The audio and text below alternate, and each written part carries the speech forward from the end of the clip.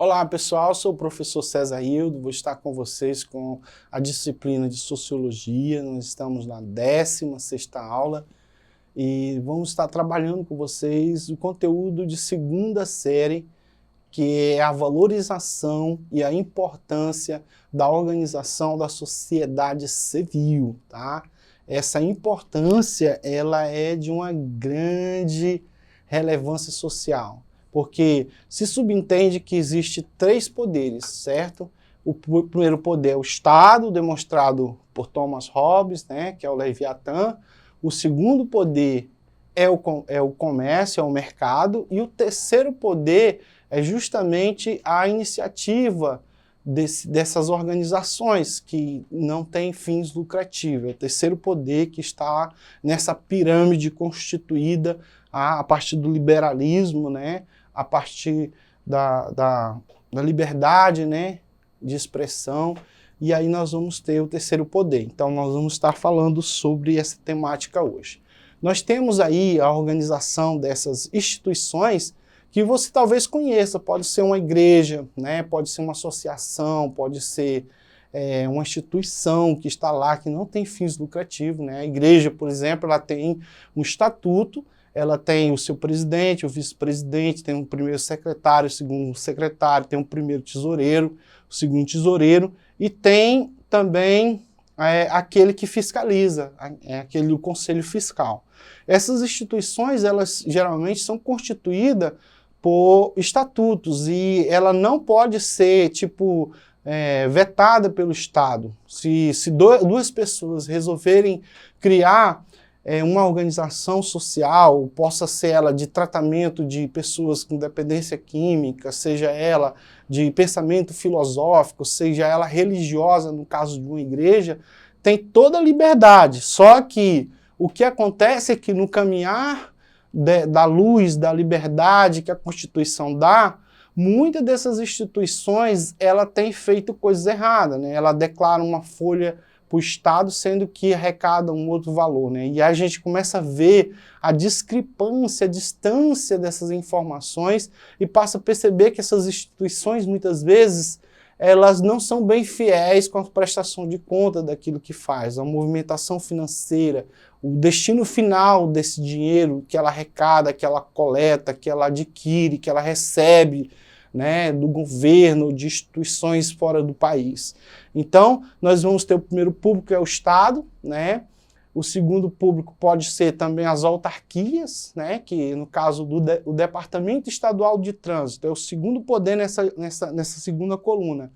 Ela, apesar de nós sabermos que o Departamento Estadual de Trânsito, ela pertence ao Estado, mas ela arrecada os tributos, os IPVA, seguro, licenciamento, e ela passa esse dinheiro para o Estado, ou seja, ela sustenta o Estado. É diferente de uma instituição que libera dinheiro direto. Então, há uma diferença nessa segunda estrutura.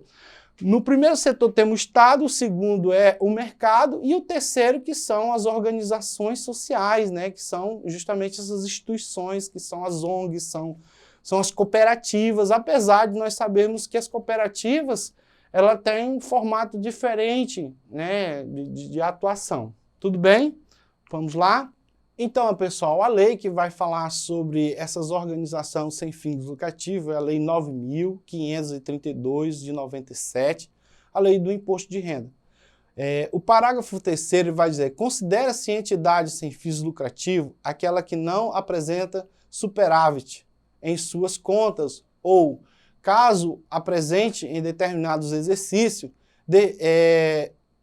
define referendo resultado integralmente à manutenção e ao desenvolvimento dos seus objetivos sociais. Ou seja, ele tem que apresentar, prestar conta, né, de tudo aquilo que ele recebe, né, e destinar isso, fazer claro, fazer com que o Ministério Público compreenda que, por exemplo, uma instituição como uma associação recebe determinado verbas públicas ou de uma emenda parlamentar, de um deputado ou de um vereador para uma destinação de um evento, e de repente esse dinheiro é desviado para outra coisa.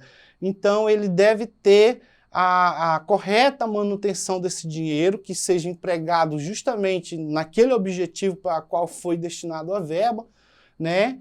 E seja voltado para as ações sociais, tem o objetivo de alcançar a sociedade. Tudo bem? Então vamos lá. Então no artigo 44, são pessoas jurídicas de direito privado. Isso está no Código Civil, nós temos a linha 1 e a linha 3, que vai falar sobre essas instituições, que elas possam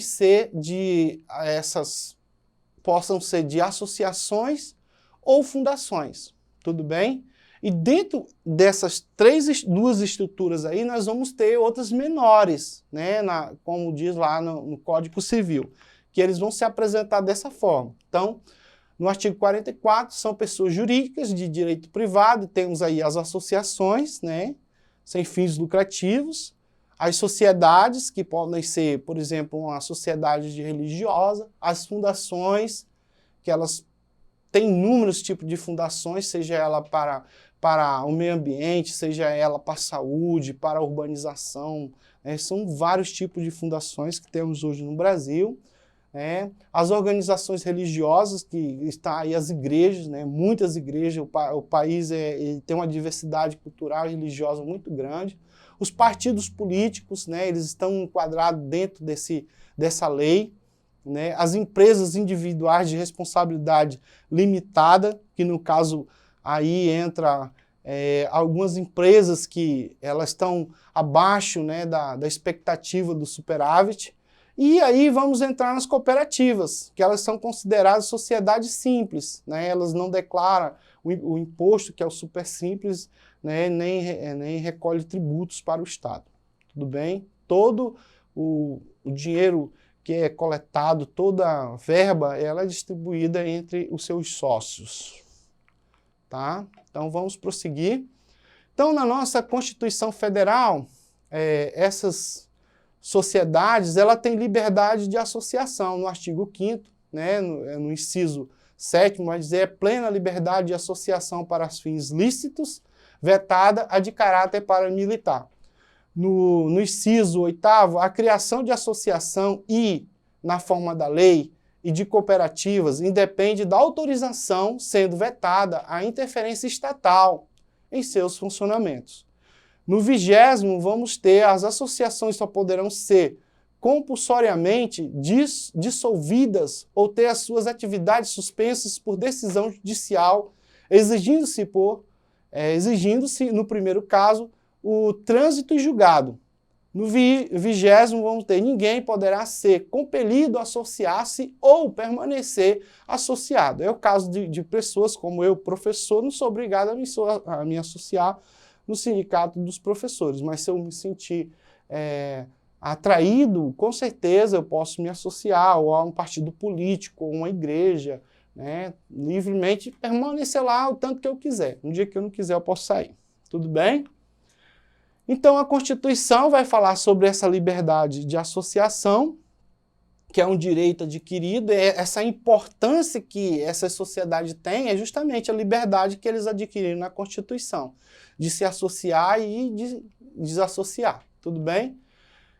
A liberdade, ela vai dizer, não interferência estatal da liberdade dos indivíduos de associarem, é um direito humano, tá? É um direito adquirido, um direito humano, né? A nossa Constituição, ela tem 4 pilares, né? O direito positivo de propriedade, o direito tributário, o direito dos tribunais e os direitos humanos.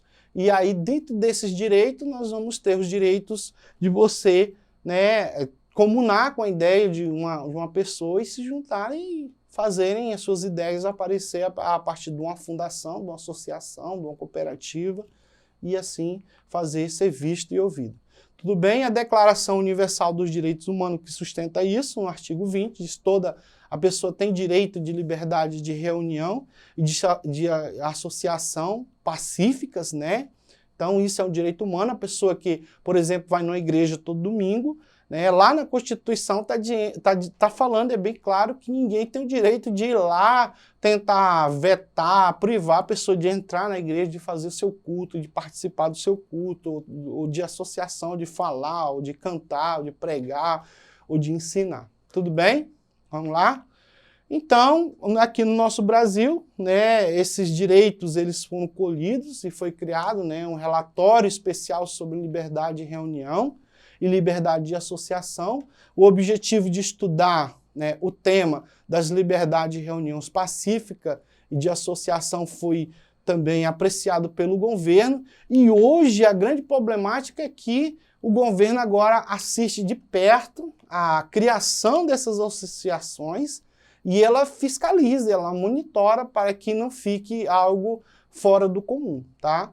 Então, dentro dessa liberdade de associação também foram elaborados estudos e relatórios monitorados, né, a principais dificuldades enfrentadas pelas essas organizações nos diferentes países do mundo.